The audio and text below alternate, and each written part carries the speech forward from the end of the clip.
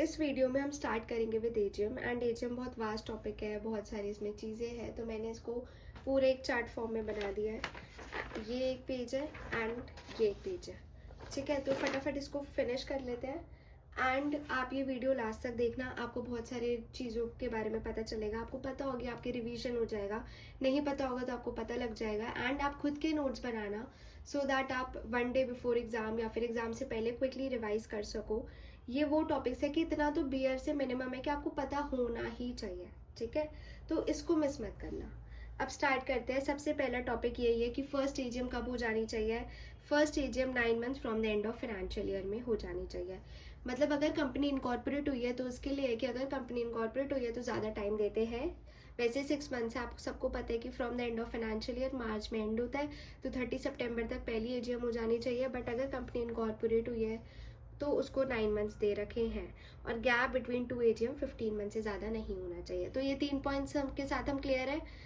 9 months incorporation, 6 months from the end of financial year, ठीक है, and 15 month से ज़्यादा का गैप बिटवीन 2 एजीएम नहीं होना चाहिए। Second point, date of AGM, day of AGM, any other national holiday. तो एजीएम किस दिन रख सकते हैं हम? किसी भी दिन रख सकते हैं, बस उस दिन नेशनल हॉलीडे ना हो, रिपब्लिक डे ना हो, इंडिपेंडेंस डे ना हो। क्या एजीएम हम संडे को रख सकते हैं? तो रख सकते हैं, ठीक है।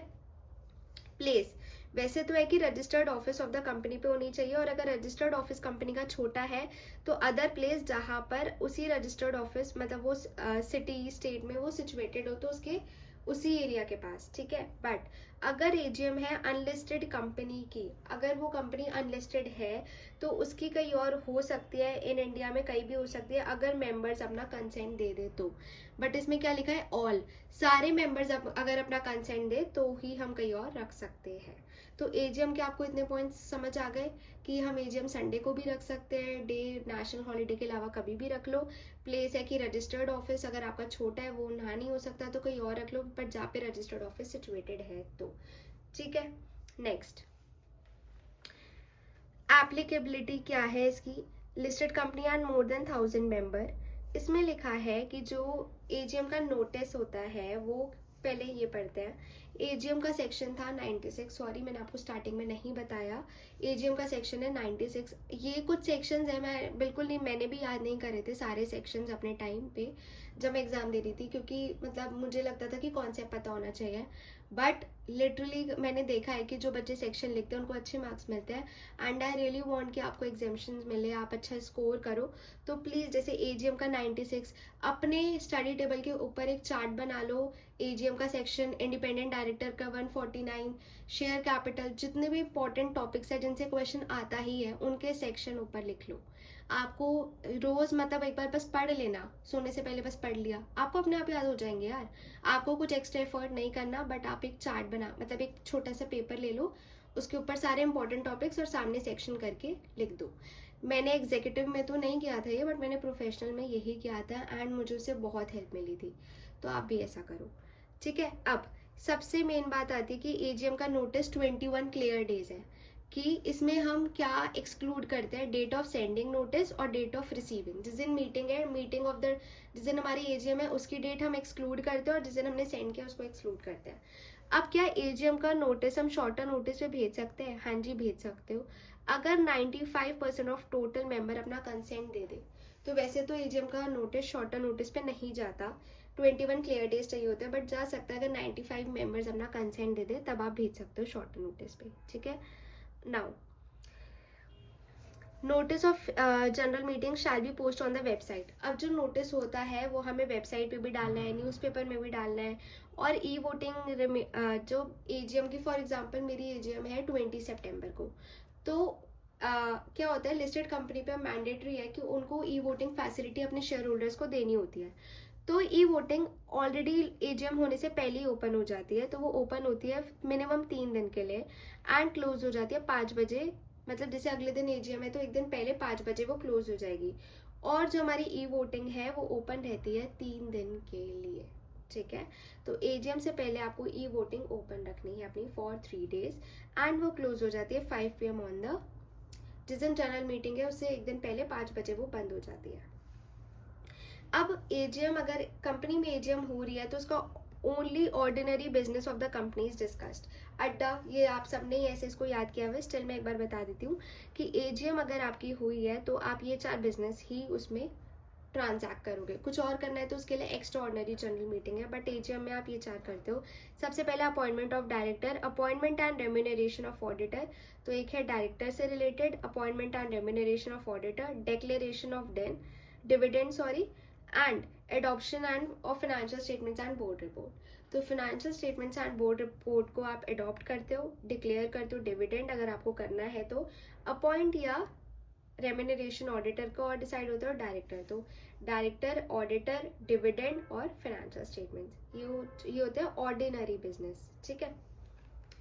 Restriction on voting right only if, वैसे तो वोटिंग राइट में कभी भी रिस्ट्रिक्शन नहीं होते शेयर होल्डर के, बट 2 कंडीशन में ही होते हैं। अगर उस शेयर होल्डर ने अपने शेयर्स प्लेज कर रखे हैं तब, और कॉल अमाउंट अनपेड, मतलब प्लेज करे थे एंड उसने लोन लिया और प्लेज कर दिए और लोन पे ही नहीं किया, ठीक है, तो वो किसी और के हो गए, राइट, तो आपको वोटिंग राइट नहीं मिलेगा।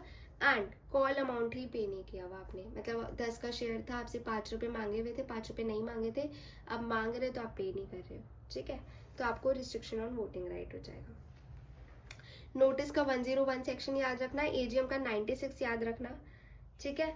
अब 118 में है कि आपको क्या होता है कि जब भी आपकी एजीएम हो गई तो आपको मिनट्स बनाने होते हैं। बोर्ड मीटिंग के भी मिनट्स बनते हैं, एजीएम के भी मिनट्स बनते हैं। तो वो होती है समरी ऑफ प्रोसीडिंग्स की मीटिंग में कौन कौन आया था, क्या डिस्कस हुआ, किस पे रेजोल्यूशन पास हुआ, तो वो सब होता है उसमें। तो वो हमेशा परमानेंटली आपको प्रिजर्व करके रखने होते हैं। प्रोसीडिंग समरी होती है एंड वो लूजली फॉर्म में भी आप रख सकते हो और इलेक्ट्रॉनिकली भी रख सकते हो, डिपेंड्स अपॉन द कंपनी। अब report on AGM, listed entity है, अगर वो कंपनी लिस्टेड एंटिटी है तो लिस्टेड एंटिटी को एमजीटी 15 में जब भी उसकी एजीएम हुई है तो एमजीटी 15 में अपनी रिपोर्ट बना के आरओसी को देनी होती है विद इन 30 डेज, जिस दिन AGM from the conclusion of the AGM खत्म हो गई तो 30 डेज में एमजीटी 15 में रिपोर्ट बनेगी कि क्या क्या हुआ हमारी एजीएम में, और वो आरओसी को देते हैं, ठीक है। देन आता है सेक्शन 110 पोस्टल बैलेट का।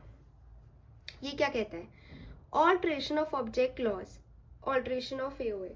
सो बेसिकली पोस्टल बैलेट में क्या होता है कि कुछ मैंने इसमें सारी नहीं लिखी हुई, इसमें 10 आइटम्स थी, मतलब 10 या 10 से ज़्यादा आइटम, कुछ आइटम्स थी जिसमें आपको मैंडेटरी आपको पोस्टल बैलेट से ही रेजोल्यूशन पास करना पड़ेगा। फॉर एग्जाम्पल, अगर आपका मर्जर हो रहा है, डी मर्जर हो रहा है, आपका रजिस्टर्ड ऑफिस चेंज हो रहा है, बाय बैक हो रहा है, ऑल्ट्रेशन ऑब्जेक्ट लॉज को आप ऑल्टर करो, कुछ भी आप मतलब इंपॉर्टेंट काम कर रहे हो तो आपको पोस्टल बैलेट से करना पड़ता है। व्हाट इज पोस्टल बैलेट, तो कंपनी क्या करती है, पोस्टल बैलेट बेसिकली एक पेपर होता है जिसमें कि वो रेजोल्यूशन लिखते हैं कि हम ये करने का सोच रहे हैं, एंड शेयर होल्डर्स को उस पर अपना एसेंट या डिसेंट देना होता है विद इन टाइम जो भी कंपनी ने डिस्क्राइब किया होता है, उस टाइम पीरियड में शेयर होल्डर्स अपना एसेंट या डिसेंट कंपनी को देते हैं, इतना होता है। तो आप ये प्लीज़ एक बार ये देखना कि इसमें कुछ आइटम्स थी जो कि पोस्टल बैलेट में, कि ये कुछ कंडीशन मतलब कि ये कुछ आइटम्स है जो कि पोस्टल बैलेट से ही होती है पास, ठीक है। 115 क्या कहते हैं, resolution requiring special notice.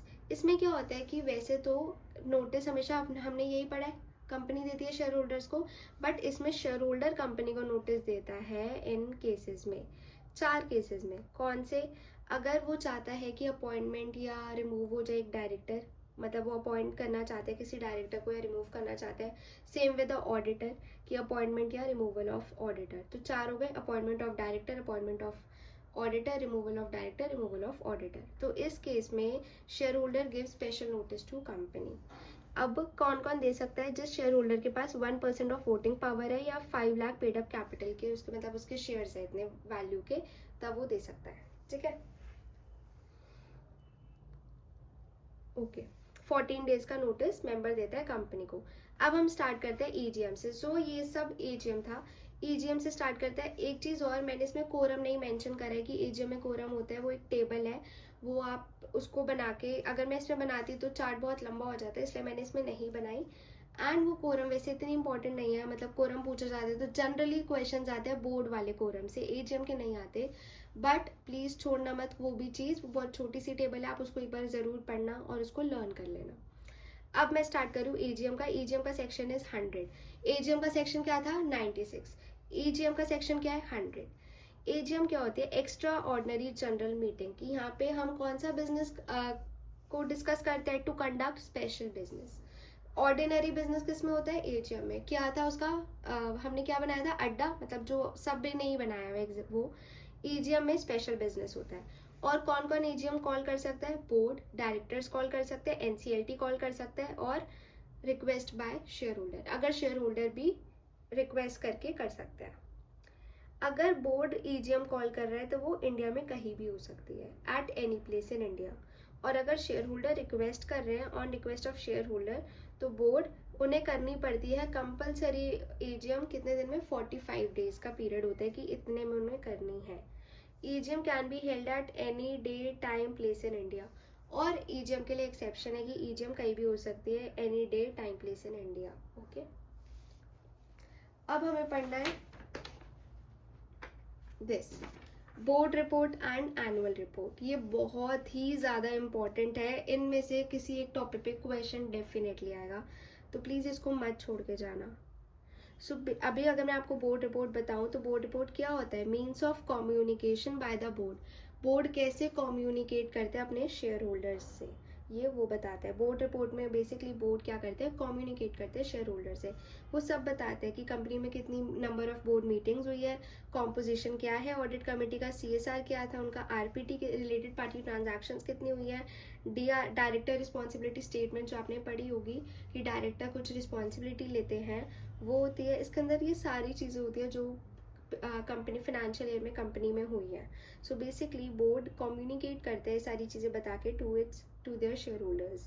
Report of board shall contain the particulars. अब इसमें एक पॉइंट है, AOC2 फॉर्म आता है कि ये जो बोर्ड रिपोर्ट में क्या होता है कि इसमें पर्टिकुलर्स होते हैं ऑफ कॉन्ट्रैक्ट और अरेंजमेंट विद रिलेटेड पार्टी, कि कंपनी की जितनी भी रिलेटेड पार्टी है उसके साथ कॉन्ट्रैक्ट और अरेंजमेंट वो बताते हैं इनफॉर्म AOC2 में, ठीक है। और बोर्ड रिपोर्ट हमेशा साइन बाय चेयरपर्सन, अगर चेयरपर्सन नहीं है तो वही 2 डायरेक्टर्स वाला। एंड बोर्ड रिपोर्ट की फाइलिंग होती है ROC के पास। Board report plus financial statements adopted in AGM within 30 days. So जब भी 30 AGM खत्म हो जाते हैं तो 30 डेज के अंदर AOC4 फॉर्म जाता है ROC के पास। तो AOC4 के अंदर आप फाइनेंशियल स्टेटमेंट्स जो अडॉप्ट हुए होते हैं, ऑडिटेड फाइनेंशियल स्टेटमेंट्स जो जनरल मीटिंग में अडॉप्ट हो गए होते हैं वो, और बोर्ड रिपोर्ट जाती है ROC के पास, ठीक है। सो बोर्ड रिपोर्ट का कोई भी क्वेश्चन आए तो आपको कंटेंट लिखना है। पहले डेफिनेशन लिखोगे, फिर कंटेंट लिखोगे, फिर आप लिखोगे साइनिंग और फाइलिंग। ये सारी चीज़ें लिखोगे तो एक बोला जाएगा कि हाँ आपका फुल फ्लेज्ड आंसर है। फिर आता है एनुअल रिटर्न। एनुअल रिटर्न का आप यहाँ पे मेंशन कर लो, MGT 7 है। एनुअल रिटर्न क्या होती है? एनुअल रिटर्न में सबसे पहले बोर्ड रिपोर्ट का